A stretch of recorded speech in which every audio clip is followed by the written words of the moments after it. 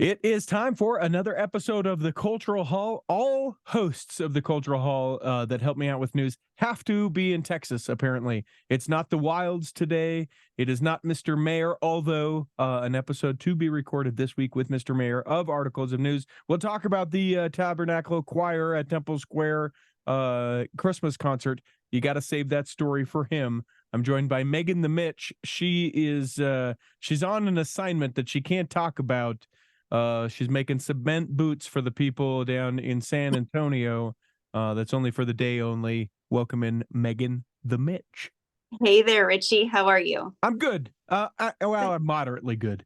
I've been engaging in physical therapy for my terribly pinched nerve on my neck. I've never had to do anything like that before.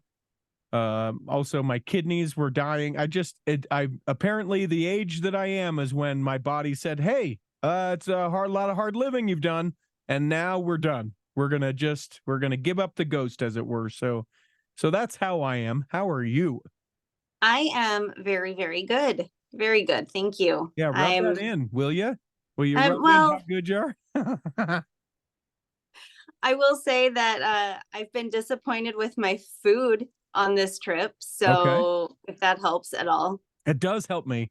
Your misery, actually, they say that misery loves company, and I 100% love that your food has been a little bit miserable. Now, you're in Texas, San Antonio specifically, not finding anything good. Is that the problem? Well, I mean, we've done most of our eating at our hotel. So that's the first mistake. Well, I mean, but here's the thing. We're at a pretty nice resort, but like the first night we went to their steakhouse, which their sides were really good, but they undercooked my steak by like a lot. And so that was well, I don't like rare steak, and I ordered it medium, which is a big step for me. And mine was rarer than my husband's was. So a little disappointing. And then we went to this other restaurant that's like their Mexican restaurant, but it was fancy Mexican. Like it had like pickled onions on my tostada. It's like not Mexican food. It is probably Mexican food, just not the Taco Bell that I'm used to, and then we went to like their sports bar last night that was it was like everything had just been drenched in salt. Like excessive amounts of salt. Like we had like chips and queso to start with, and I had to take every single chip and like clean it off with my napkin because there was so much salt on it. It was like, and I'm not a big salt lover, but even my husband who loves salt, he was like, that was way too much. And it's fine. So let me ask you this. What did you order at the sports bar? Because chips and queso was your starter. What did you end up with? So I had something called a Texas cheesesteak, which is basically a Philly cheesesteak, but with, instead of like American cheese or provolone cheese, it had their queso on top.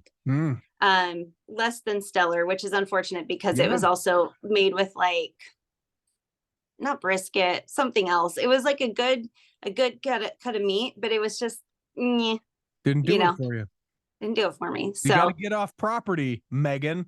We usually do. I don't know why but you know what we did last night before we had dinner? Okay, have you ever heard of Buc-ees, the gas station? Sure. It's the one that everyone always takes a picture of when they're in Texas. They go, "Hey, I'm at Buc-ees," and then they buy a shirt or something ridiculous that when they're not feeling the pressure of the actual store at the actual place, they'll literally never wear again. True story. So my kids they learned about Buc-ees through a YouTube channel that they like to watch. Unrelated to gas stations, shockingly, the YouTube channel, but they always bring up Buc-ees. And so when the kids found out we were coming to Texas, they're like, you have to go to Buc-ees. So we had some time to kill last night when my husband was done with his meetings. And we're like, well, I guess we'll go to Buc-ees. It's only like a half an hour drive. It's not, no big deal. And that place, it's like a whole situation. It's gigantic. They have everything. I could have bought a nativity or a Halloween decoration. You should have. Or a Halloween nativity. That would have been awesome. A Halloween nativity would have been stellar. The kids are all getting some candy from Buc-ees. We got a few other little odds and ends. They maybe are getting well, I don't want to say anything because it's a surprise, but they're getting something. And they're avid listeners of the Cultural Hall. Is that the thing? Some of them are. Really? Some of them are. Well, bless them. When they're in the car with me and I'm listening, like I've had some of my kids have been like, "Hey, Mom, is this the Cultural Hall? Can you turn it on if it's not?" And then my little guy, seriously, my little 5-year-old, he used to do this thing whenever I would listen, where at the end it would be the Peter Breinholt, on the back row of the Cultural Hall show. Ow, that part.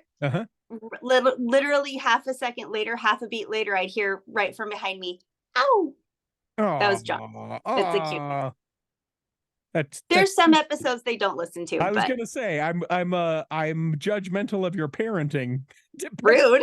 Depending on some of the episodes that you let them listen to. Can we listen to the latest episode? And you're like, nope, no, you cannot. Not that episode. Not listen to that one.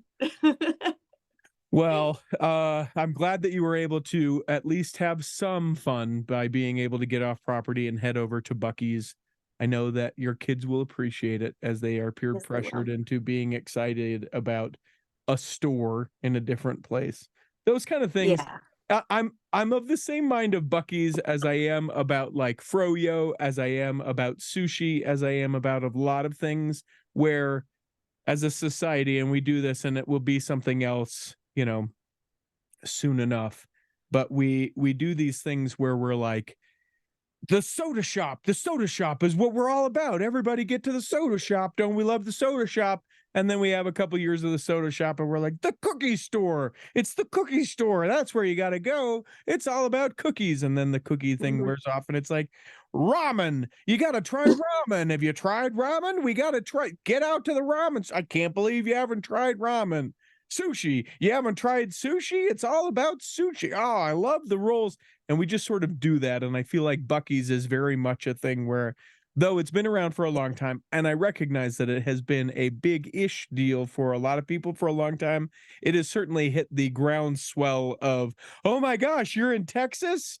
You could go to Buc-ees. Buc-ees of all the things. So. Yep, go visit a gas station. I will say, though, it was a sight to behold, and it's one of those things where my husband and I, we kind of have this philosophy when we're traveling. It's like, we don't come to Texas often. This is the first time in my life I've ever been to Texas, and well, we've got time to kill. Let's go to see this thing that we're never going to have the opportunity to see again. We can say we've done it, checked it off the list, would I make a trip here just to see Buc-ees? I would absolutely not. But you did go to the Alamo, and I appreciate that you asked about the basement in the Alamo. I do what I can. So fun and stupid. But here's the tour. Here's the thing. The tour was not at all the way it is depicted in a certain movie that I don't want to name because I know that the fact that this joke is a secret is a exciting thing for you. Yes, but the tour is nothing at all like it is depicted in that particular film. And if you know the film, you know what I'm referencing. So am I to assume by what you're saying that what we see in movies is not real life? Is that what you are telling me right now? Shockingly, that is exactly what I'm saying. Well, that is a revolutionary piece of information. That is a revolutionary concept, a diversion from the truths that I held. My truth is the exact same. I want to make sure that you know that that's my truth. I had an interesting email I want to share, and people can always email us contact@theculturalhall.com. This subject line, Michael Benjamin, which, if you haven't noticed, is the most recent, as the recording of this episode,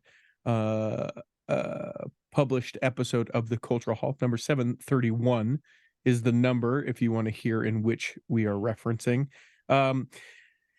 It says, Michael Benjamin. Now I got to find the right tab because I've opened too many. There it is. Michael Benjamin is the subject line. And then into the email, it says, I definitely had mixed feelings about what Benjamin had to say. Ultimately, I decided to unsubscribe from your podcast to show when I saw that they have Joseph Smith listed on Floodlit. And also because I had a distinct feeling of we are hearing only his side. So there's more to the email, but I want to take a quick moment. So floodlit.org is a website that talks about anyone who has had alleged and or been convicted within the church of sexual misconduct with a minor. And so this website, and this, they're not an official nonprofit yet, though I think that's the status that they're trying to get to. They basically say, Richard Stedman, he lives in the Taylorsville area and he was accused of this, and then it goes the details, right? And it goes, they're going as far back and then as far forward. So that you can see, right? Because the church obviously doesn't put this information out and wouldn't put this information out, but is an opportunity for you to see, okay, well, who are the people and how many people are being accused of this? So is it a fun site? No. Is it something that would be maybe appropriate for kids? No. But it is a resource for people. So I want to address a couple of the first parts, then we'll get into the second part, then we'll actually take a break and get into the news. So floodlit.org has Joseph Smith listed. I think that is an interesting thing. The only thing that I will comment about that is to say, two things, I guess I would say. One is that I did not know that. So I can, honestly say that I did not know that they listed. And depending on the qualifications of what they have to put a person on that website, there are qualifications that could quantify Joseph Smith or Brigham Young or lots of the early saints to be on that list. I don't really want to get into that too much. But I mean, if the idea is, if the idea is that this is what occurred with Joseph Smith and someone under the age of 18, that could be qualifications to put on that website. Sure. I don't know that I fully agree with it, and I'm sure that people will email me, and I hope that they do, which is the other part of what I wanted to talk about within this email, contact@theculturalhall.com. So we talk about a lot of things, and a lot of times when guests will come in and be like, hey, what do you think about this? Or I think this about this, it's an opportunity for that person to say their side. It is, of course, and this person doesn't give me their name. They probably knew that I would share their email here in an episode. And I would probably keep it anonymous anyway. And if you email us and you want me to keep you anonymous, be sure that you tell me, hey, keep me anonymous. Of course, you're going to only hear one side from a person. They only have their side. Or even if they try and say, well, I want to represent all sides, they're still representing all sides from their particular perspective. So I would be curious to know what this person listens to if they're trying to get all sides. Because I think that you can listen to like very, very positive, never dwell on any of the questions or negative things within the church, but that is also very one-sided. And so if you're unsubscribing to this because you feel like this is one-sided, I don't know how you would subscribe to anything that is anything, because perspective is always one-sided. It's all one-sided. Yeah. So goes on to say, I'm not a frequent listener, but amplifying people like him and the crazy woman who had been married twice, but now needs to fornicate as a single woman because there are not enough men in the church doesn't seem helpful to anyone. And that's referencing the episode a little while back about the single woman who was like, listen, I've been married a couple of times. There's not enough men. I've made the choice that I'm going to start, having these relations outside of marriage because I just don't feel like that there are people within. So also this email, very one-sided in that it, hand picks 2 episodes of 200 that happen to be of this nature and negates the several hundred, now over 732 episodes that occur that aren't all of that vein. Challenging sometimes, yes. Are you going to keep listening? Okay, you're not going to keep listening. That's fine. The agency is beauty, great. Have that. I'm glad you have that choice. I feel sad that something that you don't ultimately agree with or that you have to struggle with in order to be able to put at rest in your mind is something that you would then turn away from. I said as much in an email that said, oh, I definitely am sad that you're going to be gone. For me, I keep myself open to all voices. And they went on to say, not helpful, not helpful, not helpful. So for those, and I know that you reached out to me as well, for those that maybe think that that's a challenging episode, here's the thing. You can say, oh yeah, the idea that we should do background checks is a great idea, but I don't think Joseph Smith should be on that website, and be all right with it, right? You can say, I agree with this portion of this. I don't agree with that portion of that. And that can be okay. You don't have to say, man, I do agree with background checks, but, they put that on the website. So I'm throwing it all out. That to me, the all or nothing, I don't feel like benefits anyone at all. I agree. And yeah, like when I reached out to you, I was like, man, the interview was great. I thought you did a great job. You handled everything. It was all very delicate. You handled it very well. Like it can be okay for us to say the way that this particular situation was handled was terrible. And it's also okay to say, potentially, that the gentleman, what's his name? Michael Adam Davis. Yeah. That maybe he handled some things incorrectly as well, or not necessarily incorrectly, but maybe he could have handled things differently as well. You're talking about the guest. Yes. Sorry. The guest was Michael Benjamin. Sorry. Michael Adam Davis, Michael Benjamin is the name of the individual who was charged not only in Utah, but also in Minnesota. Right. So yeah, the guest that you interviewed, like, could he have handled things differently a little bit? Potentially, there's definitely room there as well. But yeah, it's I think life is just so much more nuanced than black and white. My perspective's right, yours is wrong, know. And like I was talking with my husband about it, I'm like, it's okay to admit to the fact that there are people who get hurt by people within the church. That's not anywhere close to saying I've been hurt, or this person has been hurt by the institution of the Church of Jesus Christ of Latter-day Saints. It's this person has been hurt by mortal men and women who are using authority incorrectly, or what have you. And I think that there's room to have that discussion, and it's important, and going all or nothing, black and white, is just not helpful at all. Yeah.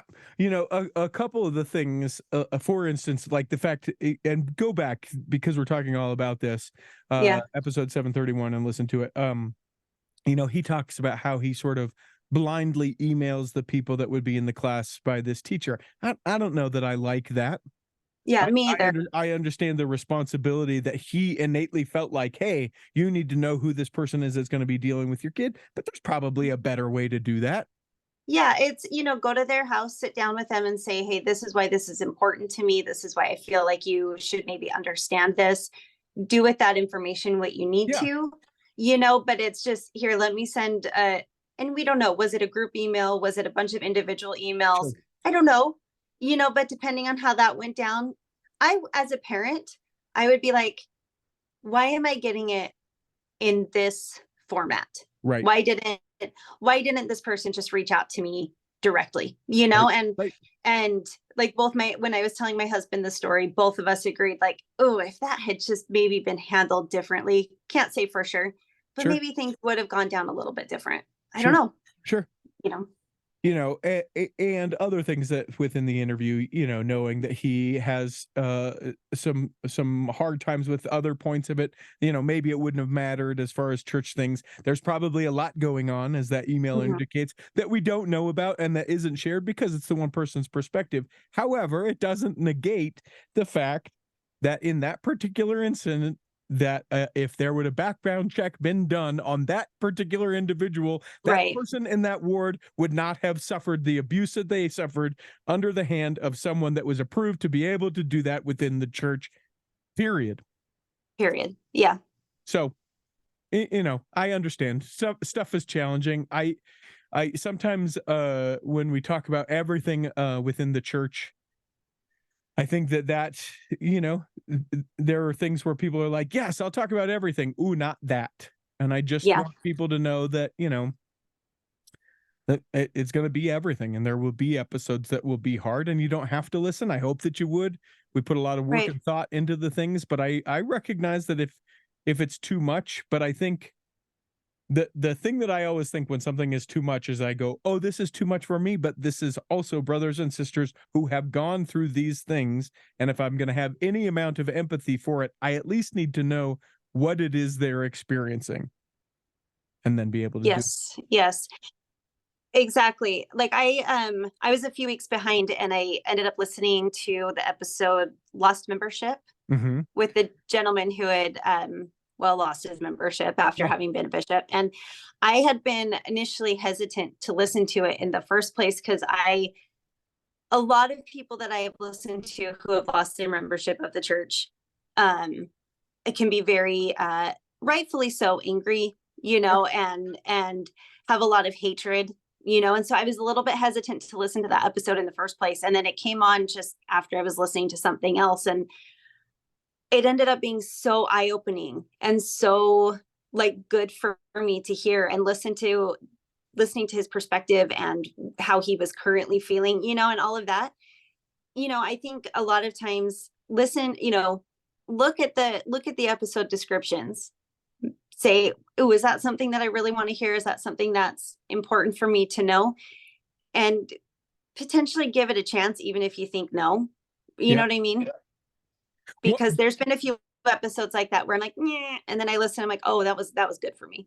Yeah, in fact, the most common email that I will get from people, the basic synopsis is, I saw the thing, I thought, I don't know, I listened to it, and thank you for whatever it was, right?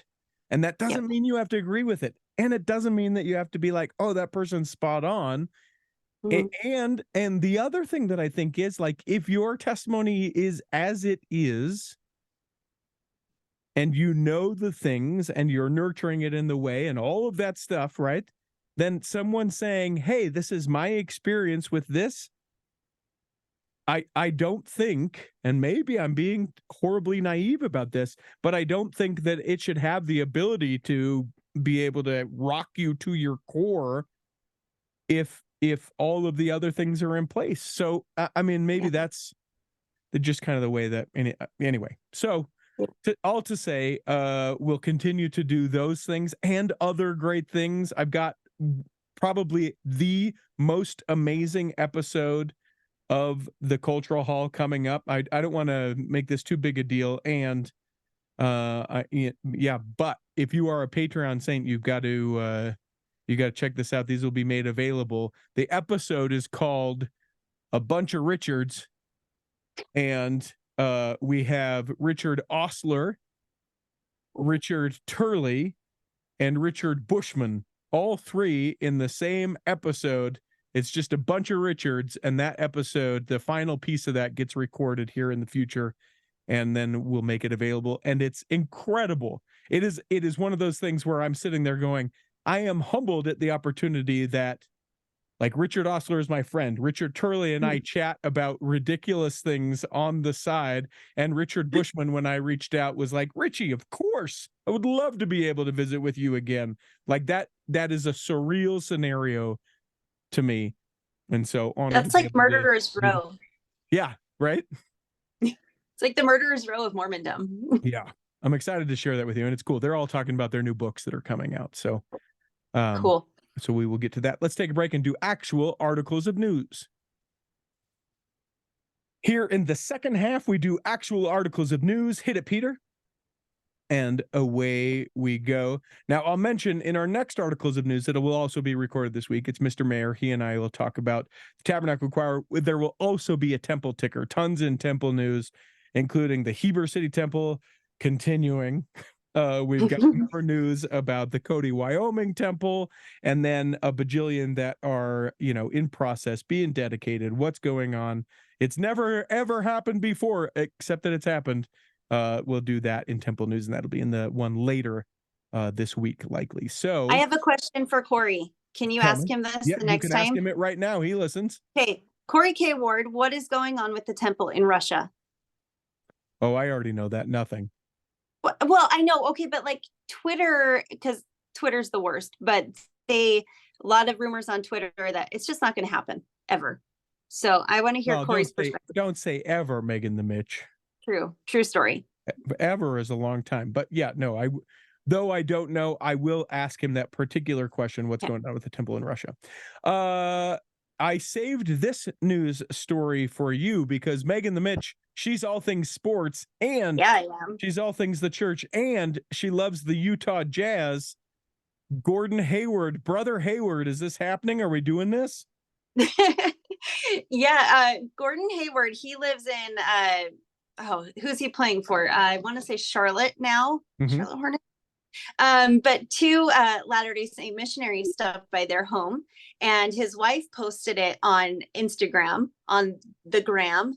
And of course, they lived in Utah for some time, for a decent amount of time. And she was so sweet. She said, just be kind to missionaries, invite them in, give them a drink of water. They're good kids.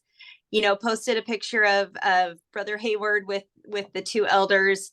That then made the round on Twitter, Facebook. It ended up on missionary Facebook pages, and that picture has gotten to the two elders' families. One was from Logan, I think, and one was from Lehi.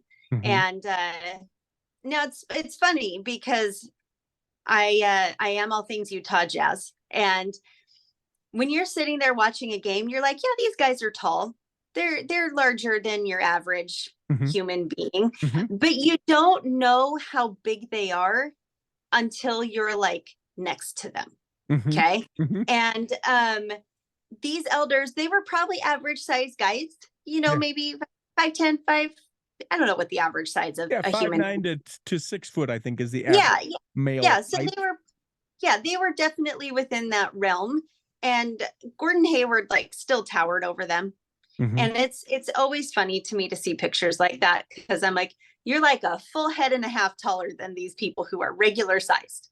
But no, she was, and it's funny because I actually, I have a hard time with Gordon Hayward's wife because she kind of runs her mouth on social media. Like anytime he gets injured, it's the ref's fault. Anytime he gets a foul, it's the ref's fault. And she's actually gotten a lot of flack for some of the things that she says on social media. Really? But this one was, it was a very nice, kind, just in good faith, just a good, wholesome post. And Gordon Hayward looked happy to be standing there with two elders. A lot of people are speculating like, oh, this must mean he's coming back to Utah. That'll never happen. No, but no, after how we treated him, and I think he's about done, right? He's got to be getting close. I don't know that he's played really many full seasons since he left the Jazz because he keeps getting hurt. So yeah. An amazing picture, like you say. Robin is his wife's name, worth mentioning. And interesting to note that sometimes you love her and other times you don't love her. Interesting that you don't have to love her all the time or hate her all the time. But they're able to hold space for two different feelings. Was that heavy-handed? I'll move on from that. The thing that I wonder also, and we did this, so I served in Cleveland, and we knew where some of the Cleveland then Indians players lived.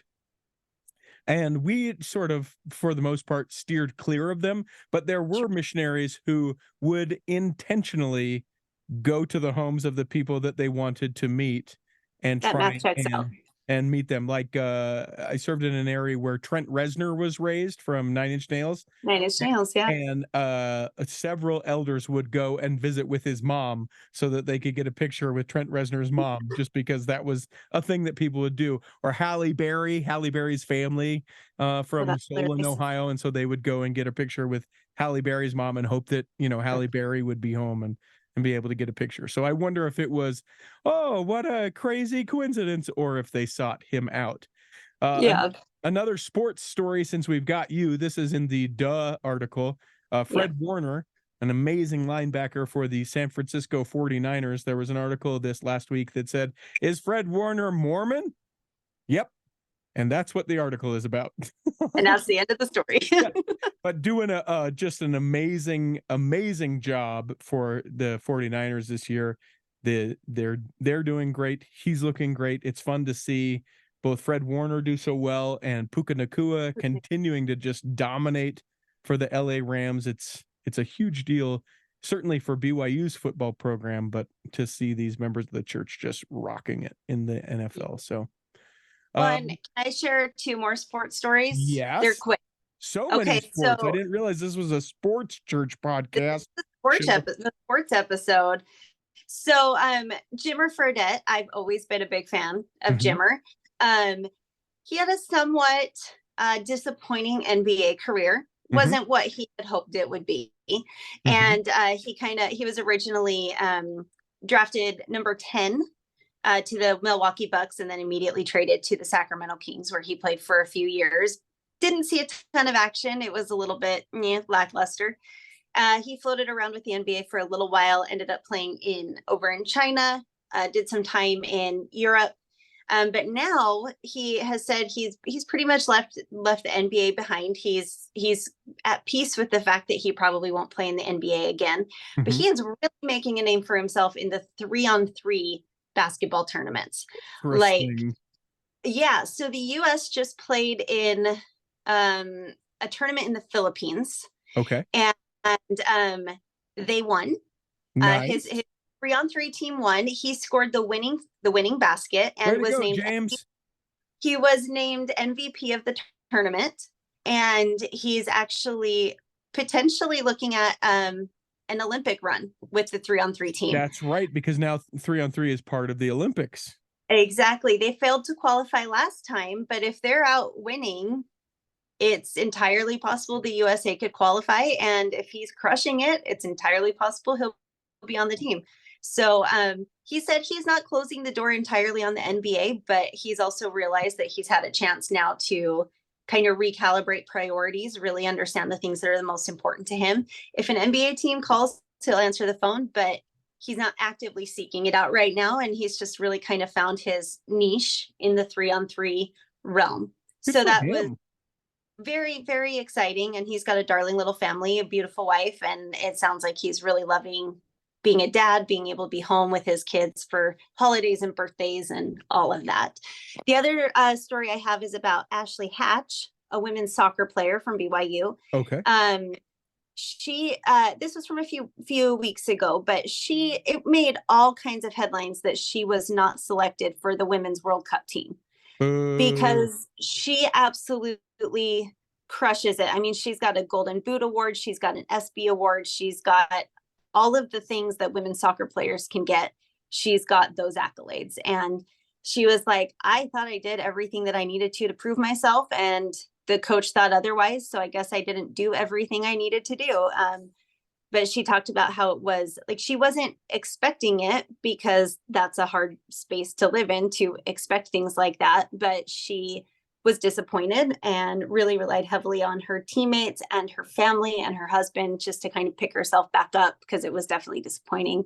Yeah. But it opened up some other opportunities for her, because she plays for the Washington Spirit, and the 2 co-captains on that team were selected for the World Cup team, and she was not. So she actually stepped in to fill the role of captain while they were gone. And she talked about what a learning experience that was. And what these 2 stories tell me is just that it's really important for everybody that we can expect and hope and dream, but it's not always possible for things to happen the way that we plan them out in our minds. Sure. And it's really important to recognize priorities and learning experiences and the things that are the most important. Yeah. And that is your Saints Who Sport with Megan the Mitch. Yeah. Okay, let's get to some serious business, shall we? Okay. Yeah, we're done with sports. Not that sports isn't serious, but I mean, is, as they say, what it is.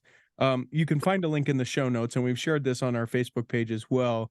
If you are following the stuff in Israel, geez. Oh my gosh. Admittedly, if I am to get news, we don't have like cable TV coming into my home anymore. So I have to seek it out in order to be informed. And I admittedly, because of some work on some other things, had sort of not been keeping up. And someone said, oh yeah, and everything, going on in Israel. And I went, I'm not exactly sure what they're referencing. Google. Oh my gosh. So as everyone knows, there is the BYU Jerusalem Center. Since this is we're not going to get into all of what's going on, but how it affects the church on this show. There is the BYU Jerusalem Center and 94 individuals there. And there's been some report that there's only 93 individuals there. So I want to first start there. Apparently there was one woman who was attending at the BYU Jerusalem Center and has gone home due to some leg things. So sometimes you hear 94, sometimes you hear 93, but all accounts as of the recording of this, everyone is safe and sound, and classes are continuing as usual. That may change, but like I say, as of the recording of this, the Jerusalem Center actually has a link that they update daily to say, here's what's going on, here's what you should know, all of those things. Eric Huntsman, who helped us this past Easter, is, I don't know, like he's the, what do they call it in Harry Potter? The headmaster? The headmaster. Yeah, Eric Huntsman is the headmaster there at the BYU Jerusalem Center. Reached out to him. Hopefully he'll be a part of a future news episode too, just to give us an idea of what that's like, being there, having everything going on. And I can't imagine being a student going, oh, I'm going to focus. I'm going to go ahead and focus on my studies today. You know what I'm saying? I can't imagine. I can't imagine trying to do that with everything that's going on, but they are, in fact, pushing through. You can find a link if you're curious about what's going on as far as the Jerusalem Center in the show notes, updated daily. So find that there. Well, I follow Eric Huntsman on Twitter X, and he's been giving some updates there. And the thing that I thought was really interesting is that he has a son who's, I believe, is special needs, who's over there with him. And that was adding, I think, a little bit of a layer of anxiety for their family, because he was getting very, very anxious and nervous. I think he has autism, I believe. And but he was talking about how his son was very anxious about everything that was going on. And then they got him some ice cream and got him to some, areas where he could feel secure. And then he was doing much better, but showed a picture of his son smiling and happy. So that made me, because that's a already fraught situation in the first place. And then you add that extra layer. I'm sure that was very nerve-wracking. Yeah, I literally can't imagine. Yeah. The privilege, the American privilege of like, I suppose it's possible, but as we sit and record this, I don't think either of us are going to have rockets shot at us. And the idea that potentially an errant rocket could go and hit where I'm at right now, I would be like, no thanks, Tom Hanks. I'm out of here. I appreciate this educational opportunity, which I've had. I can't imagine what the students there are like, but the resiliency of like, hey, no, we're good. We're going to keep this unique once in a lifetime opportunity and stay there. I don't know how long that's going to continue, but good for them for being able to be that focused. I don't think that I could do that for sure. Well, and side note to that whole story there, I did just read today that it is confirmed that there was a Utahn who has lost his life over in Jerusalem. He had recently moved to Utah from Jerusalem, was a part of the Jewish community in Salt Lake City, but he had gone back to visit, and he was at a concert and unfortunately lost his life. So very, very, very sad for the Jewish community. And honestly, there's Palestinians who are being murdered as well, who want no part of this. It's whole thing is terrible. Yeah, and completely brutal, and senseless, and like some of the things I don't even necessarily want to get into, but like we don't care, and you're dead.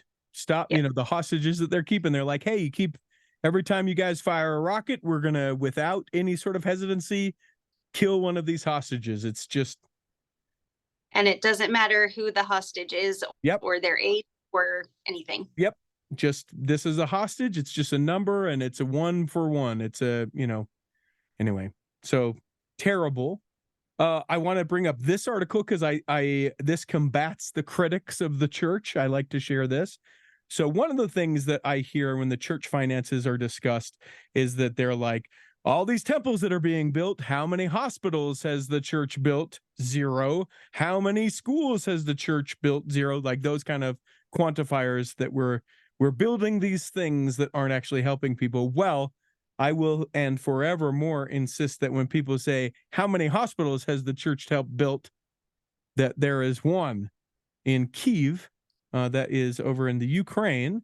The church, along with Project Hope, the church with a large financial contribution, has now helped to replace a over 100-year-old building in the village of Zahatsli, I think is how you might pronounce that. The new clinic is going to serve 5,000 people from 13 surrounding villages, and the church had a large financial role in being able to make this possible. So the church, the Global Health and Humanitarian Relief Organization Project Hope, financed the building. So there, take that. One hospital, and I'm sure there's more, but to all the people that are like, well, how many? You can't say 0 anymore. There is in fact one, and it's a huge thing. It's a beautiful building. It's great that we're able to do that. You know, now critics will say, well, sure, in Kyiv, but why not in Alabama or whatever? You can't please people. It's interesting though. Anytime you walk into any of the primary children's locations in Utah, there's a huge sign made possible by a donation from the Church of Jesus Christ of Latter-day Saints at both the one up at the U and in Riverton, if that helps anything. So yeah, so 3, everybody. And I'm sure there's more. That's the thing. That's the thing that's ridiculous about some of these claims. Now, are they super transparent about it? No, they're not. Could they be more transparent about it? Yes, they could. Do they do a lot of good with the money they have? Yes, they do. But do we have to be like, well, it's one or the other as the theme of this episode? Nope, it's one or the other. That's what we're going to call it. Black and white. This I was yesterday years old when I found out about this. There is a Swahili branch in Idaho. What the heck? Yeah. This is worthy of a follow-up episode. I'm going to try and get in touch with, and if anyone listening to this knows someone either in that branch or in the branch presidency there, apparently there is a large contingent of refugees that find their way to Twin Falls. This is just essentially a feature piece. You can find the link in the show notes for this. But that this most amazing branch full of Swahili speaking individuals is finding faith and community and all that in Twin Falls, Idaho. I don't know why that strikes me as so particularly curious. I'm sure that there are things like this all over, you know, the Mandarin speaking branch in North Carolina. I don't know that we always think about that, but that was a highlight of a couple, months back. But yeah, Swahili in Twin Falls. And I'm thinking, I don't know how far Twin Falls is from where I sit, but that might be interesting. I don't know that I've ever heard the Swahili language, but I wouldn't catch a lick of it. Maybe amen. Maybe I'd know what amen sounds like, because I'm betting it probably sounds pretty close. But or at least in the cadence, I could figure out when amen is happening. But to be able to go and worship and hear that language, incredible. Field trip. Done. Field Twin Falls. Done. We'll get Corey K. Ward to tell us about the history of the building of the Swahili branch. We'll get some other folks along the way. Yeah, I like it. Cool. So that's a little precursor of perhaps a future episode of the Cultural Hall. What have you, Megan the Mitch Mitchell? Well, so there is a new book coming out about Mitt Romney by McKay Coppins. Romney, A Reckoning. And there's a great article on Slate about how this book came to be. And basically what it comes down to is Mitt Romney has been a prolific journal keeper throughout his life and has saved everything. And rather than writing his book himself. He says he wouldn't be able to be objective about his own life. He asked McKay Coppins to write it for him, and Brother Coppins talks all about how Mitt Romney just had filing cabinets upon filing cabinets just full of campaign documents, campaign notes, legal pads full of all of his thoughts. And at one point there was like a filing cabinet that he couldn't find the key to, so he just grabbed a crowbar and just must in. But what this whole article actually talks about is how members of the Church of Jesus Christ of Latter-day Saints are prolific journal keepers and record keepers. And the author of the article talks all about how Mitt Romney comes to this very honestly. His family, all the way back to his great-great-grandfather who joined the church in England, they kept all of their journals, and how the church has been doing that since the very beginning, and how Joseph Smith, even in the very first official meeting of the church, said, we're going to keep a record. And that's what started the church history department, and a church historian, and having people taking down the history of all of the things. And I think it's interesting that we have this history of keeping a record. We know all about our family history and our genealogy. Personally, I look at my podcast, the Little Lessons podcast, almost as a journal for my family to look upon, as I get older and things like that.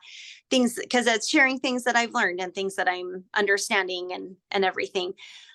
But I've noticed that like the ward historian is such an overlooked calling. Oh yeah. And it's been like that in every ward I've ever been in, on like December 20th, they're like, hey, can you tell us everything that has happened in the elders quorum over the last 12 months? And it's like, well, second, and this is obviously tangential to the article, but I think it's important that we have this history. So maybe we should emphasize it a little bit more down on the ward level and in our auxiliaries and whatnot, but Mitt Romney, prolific journal keeper. Well, and I'll have to reach out. We had McKay Coppins in the Cultural Hall. There will be a link for that in the show notes, so be sure that you find and go and listen to that episode. But to be able to visit with him about what that is, how that's coming along. Fascinating. Just unreal. And McKay is such a great conversationalist. I look forward to just being able to visit with him. So check out the old episode and throw a couple prayers up that we can be able to talk him in to doing it again. Well, here's the thing. The book is about to come out, and McKay's going on like a book tour. I think he's doing like a signing down in Provo, I think later in November, I think. I'm on it. I'm going to reach out to you. McKay, I know you're listening. Get on the docket. I know you're listening, Mr. Coppins. Okay. Other articles worth mentioning. This just real quick, available now. And it's, as one person on Facebook pointed out, they've been available for a while, but if you're looking to be able to see the talks from General Conference, watch the videos, listen to the podcasts, they're consumable in all the forms now. So if you missed any of the sessions or you want to go back and think just a little bit more celestially, you can go back and listen to any and or all of this past General Conference. That's available there. I thought this was interesting. That James Huntsman, going after his tithing that he gave to the church, saying, hey, you know what? I was tricked. I was told that it was going to be one thing, and is suing the church for $5 million, that which he paid in tithing over a quarter of a century. Well, it's interesting to note. So it had been closed and the church went, phew, and then it got reopened and the church went, what? And so that's where at least a small portion of the case is still open. It's not the case in entirety. There was an article from Deseret News, which certainly has the Deseret News angle to it. But it was interesting to note a couple of things. One, the organizations that also signed on to this saying, hey, we don't feel like this is a good idea to allow this to continue to go forward. That's the Seventh-day Adventists, Orthodox Jewish folks, the Lutheran Church Missouri Synod, the Jewish Coalition for Religious Liberty, the General Council on Finance and Administration of the United Methodist Church, the California Southern Baptist Convention, the Ethics and Religious Goodness Liberty Commission of the Southern Baptist Convention, right? So lots of various groups that maybe we don't always align with have all said, slippery slope if we start to do stuff like this, because then how many will, and how are we to know what we need to have in air quotes coffers for people that, you know, they're in and then, oh, I'm out and I want all of the things back. So I thought that article to be particularly interesting, and that continues to go forth, at least that portion where they're saying, hey, you know, we will allow this part of the conversation to continue with James Huntsman's appeal and subsequent suit. I have a question. Yeah, please. Is he related to John Huntsman? Yes. Senior. He is John Huntsman's brother. Okay. Also, Paul Huntsman, the owner, well, it's a nonprofit, the pseudo sort of owner of the Salt Lake Tribune. Okay. Also, it's all the Huntsman boys, right? Okay. John Huntsman Jr., John Huntsman Sr., his dad.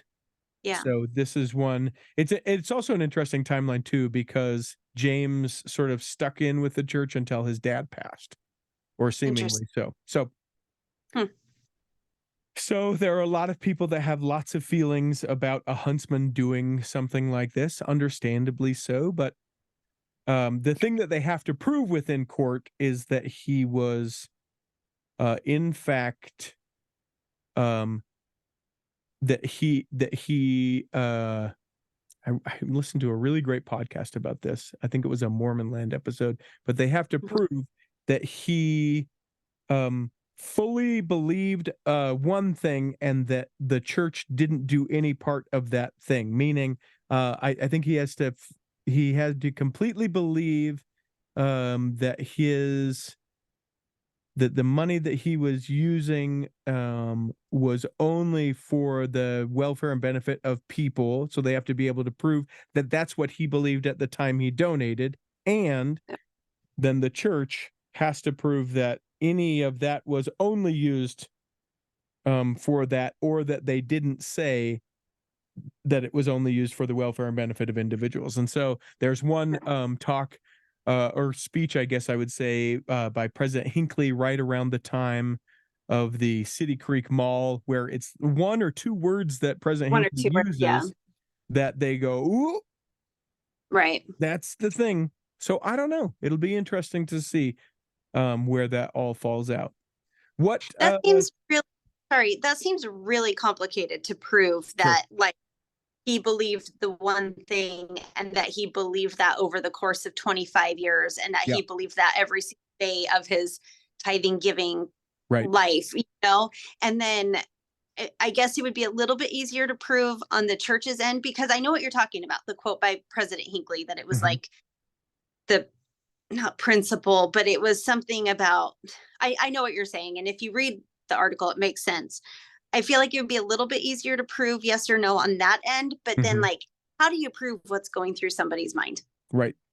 At any given their life? Like, that just seems impossible. And frankly, in my opinion, a legal idiot who doesn't know anything about anything when it comes to the law and how it's prosecuted. But, like, that seems unwinnable. Yeah, and some would say the victory is the fact that that he's brought it up and that there's the attention, and maybe there will be more transparency as far as the church goes, or just the consideration. Some would say it's not even about James Huntsman getting the money back at all. So maybe warrants a future episode just to talk about that case, maybe, as there's more developments in all that. I think it's worth noting a little bit of an update as far as Tim Ballard. So we can get well into this. People don't know Tim Ballard, once upon a time, the founder of Operation Underground Railroad, an organization that sought to help children out of trafficking, both sex and otherwise. He's now the former of that particular organization, has started his own organization that does essentially the same thing, but now he's able to be the like head of it, where he was no longer able to be the head of Operation Underground Railroad. Had talked about running for the senator seat for the state of Utah, and then everything went crazy. The movie, the highly hit or highly touted movie of the summer, Sound of Freedom, at least based on Tim Ballard's life. But I suppose the updates on this is that now 5 women are suing Tim Ballard. There is actually a suit that has been filed. And Operation Underground Railroad and the Spear Fund, which is his new organization. So these 5 women are suing OUR and the Spear Fund and Tim Ballard. And Tim Ballard, yeah, saying that they knew what was going on. OUR knew what was happening and just kind of covered it up. They allege sexual abuse while they posed as his wife. Anything from, I think with one woman, he sent her pictures of him almost all completely undressed, and that picture has now surfaced and is out there for people to see. Should you want to see something like that, it is wild to hear some of the responses. Initially, this came about when the church said, hey, Tim Ballard, nothing to do with Elder Ballard, and in fact he has abused the relationship that he had with us, so no thank you, we would like to disconnect ourselves from it. Tim Ballard saying, I didn't know anything about this can't be real. And the floods of people who take to the internet who are like, well, the leadership of the Church of Jesus Christ of Latter-day Saints has been compromised. Tim Ballard is clearly the new, some sort of pariah, a leader that we need to unite behind. Of course, M. Russell Ballard is in favor of sex trafficking. There was one wild, and I don't want to link to this in the show notes, about this QAnon, here's where this all is, and it's a mother and a daughter, and it is scary business watching that video. I couldn't get through 30 seconds of it. It was just, I don't think, Richie, when all of this came out, this all broke when I was on my cruise a few weeks ago. I don't think go ahead. Yeah, I will. I was in the middle of the ocean. I was trying to disconnect, and here it all came connecting again. But I don't think any of us could have really expected what subsequent information has been. Sure. And I read one of the witness statements or, whatever, of one of the women, and he was telling her, we were married in a previous life, so all of this is okay. And he offered to pay for one of the women's divorce attorneys, the divorce that was brought on by his actions. He was saying that he's going to be the next Mormon prophet. He is going to be the president of the United States. A lot of people are saying this is reading very Chad Daybell-esque with some of the things that he was saying. It's all so icky. It's so gross. And another thing that is alleged, so it's worth noting against Tim Ballard, is that he took the anesthetic ketamine, and then started communicating with an entity that he claimed was the dead prophet Nephi. So I just okay. So in the spirit of it has to be one thing or the other, let me just throw this out. Could it be, and I've mentioned this before, but could it be that yes, Tim Ballard started off very altruistic, right? Yeah. This is great. I can remember 10 years ago that donating and everything was donated to OUR. It was, especially here in the state of Utah, I don't know how it was anywhere else because I didn't live anywhere else, but everything was to help, if you went to your yoga class, a portion of your proceeds went to OUR. When you bought an iceberg shake, a portion of your iceberg shake, like it was the sushi, the ramen, the cookie of The 10 Buc-ees. years ago. Yeah, it was all of those things, the Buc-ees of 10 years ago. And I genuinely can see how something like that, people being like, oh my gosh, you are this air quotes savior of all of these people. I get how that can change your mind to where you start believing things that aren't true. And then I think once you start to believe things that aren't true, and you have people that, speak into your life that are like, you are so amazing, and then other people who are like, you've got this money and I can speak to the dead people and I can do all this, like, I can see how it all goes. Yeah. And so I'm not saying that that I read this and go, yep, I'm sure ketamine and the dead prophet Nephi.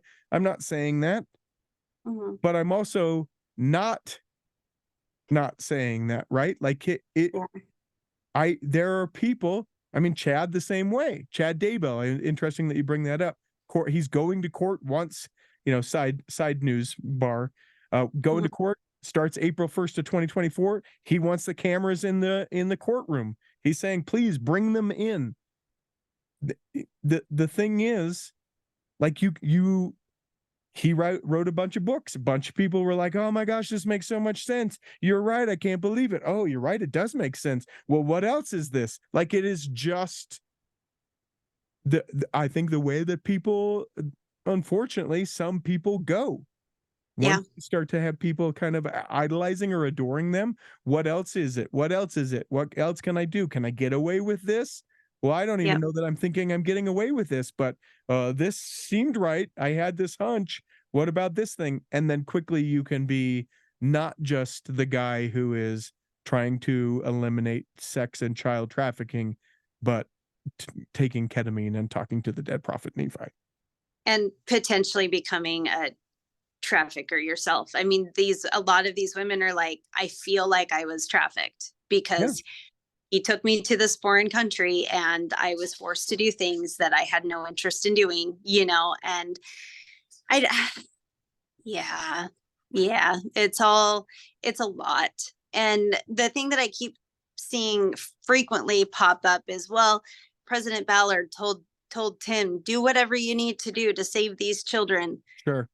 Okay, but anybody with half a brain cell would know that President Ballard didn't mean, have a bunch of affairs and get blackout drunk like it is alleged. Sure. I mean, anybody with half a brain cell would know that. So how did he go from, I'm going to save these kids and this apostle gave me a blessing to go and save the children, to now I'm going to do all of this really disgusting stuff allegedly? It's very, very confusing. And still not confirmed at this point, though highly suspect that he was excommunicated from the LDS Church. So worth noting that. A conversation that I think is sort of been musing about in my head, his wife still standing by him, which I mean, I get it. Like, assuming that this is all not true. I as a spouse, if my spouse was saying, hey, all of these things not true, I suppose I would stand by my spouse the time that they've been together. But I do get curious, and I don't want to get into this at this point because we're done. I do get curious to what point, and not even specifically in this situation, but like at what point, or what does it take you as a spouse when someone is like, hey, this, and you're like, no, not my spouse. Hey, also this. No, still not my spouse. Like, it has made me think, like, at what point would I as a spouse be like, yeah, I love this person who has made really horrible choices and I can't stand beside this anymore? And I don't know that I've come to an answer, but it is surprising to me that with all that has been alleged, that she is still, yeah, I'm on board. We don't know the private conversations. We don't know what he said to her. Right. I mean, she knew about the couple's ruse, which is what he was saying was going on. So, and she admitted to the fact that, like, there's things in the footage of documentaries that have been made that she just can't watch because it makes her too uncomfortable. So it would not be a hard jump to say, well, he's doing this stuff on camera. What else is happening? Sure. And he said to her, I'm gonna have to do things that you're not gonna be comfortable with, and I don't know. If my husband came to me and said, I'm gonna have to do things with other women that you'd be uncomfortable with, I'd be like, okay, well, I'll see you later, because that's not happening on my watch. Or if he's like, I don't know. If he was like, listen, I don't want to do this. This is the only thing that I can do. Think about what this does for people. And, or if he came after the fact and you're finding out about it and was contrite and said, yeah, you know what, Megan, I really messed up. These were things that I shouldn't have done. I mean, we don't know about those conversations, so benefit of the doubt on all sides of that. But it does seem like a difficult haul to just be like, yep, by your side. We don't know, because in some of those situations, like it's the welfare of the kids or like the lifestyle that they've led. I'm sure that they have led a considerably, comfortable lifestyle. And to say, no, thanks, maybe that's part of it. I don't know. But it has been, as I've continued to see her stand by, I just hope that she is standing by because she genuinely supports and believes him and not for any other reason. Yeah. Agreed. Well, that's a fun story to end on. Let's see if there's anything else that I would maybe want to just kind of throw there in the end. We talked before about all the vandalized churches here in the state of Utah. But we're not alone. It's happening in Idaho Falls as well. A local Church of Jesus Christ of Latter-day Saints building was vandalized Sunday afternoon with trash, broken TVs, feces, and shattered glass that was left in the building. And they caught the two kids. The teens were taken into custody, released to their parents, and are in deep trouble. I added the deep trouble part of it, but good to know that they caught them. Are they in deep doo-doo? In their own deep doo-doo. I mean, it was them. It's not like they brought in other feces. They were like, and I don't know. I get kids being kids. I mean, I smashed a mailbox or two, federal offense, I'm just admitting to, when I was a kid. But I don't know, breaking into a building and shattering things and then defecating. It seems like a lot. Yeah. So if this has left you down in the dumps, we hope that this episode has nourished and strengthened your body. That if you're not healthy enough to listen this week, you'll be able to listen again next week. And that when the time comes, you will be able to travel home in safety. In the meantime, we'll be saving a seat for you on the back row of the Cultural Hall.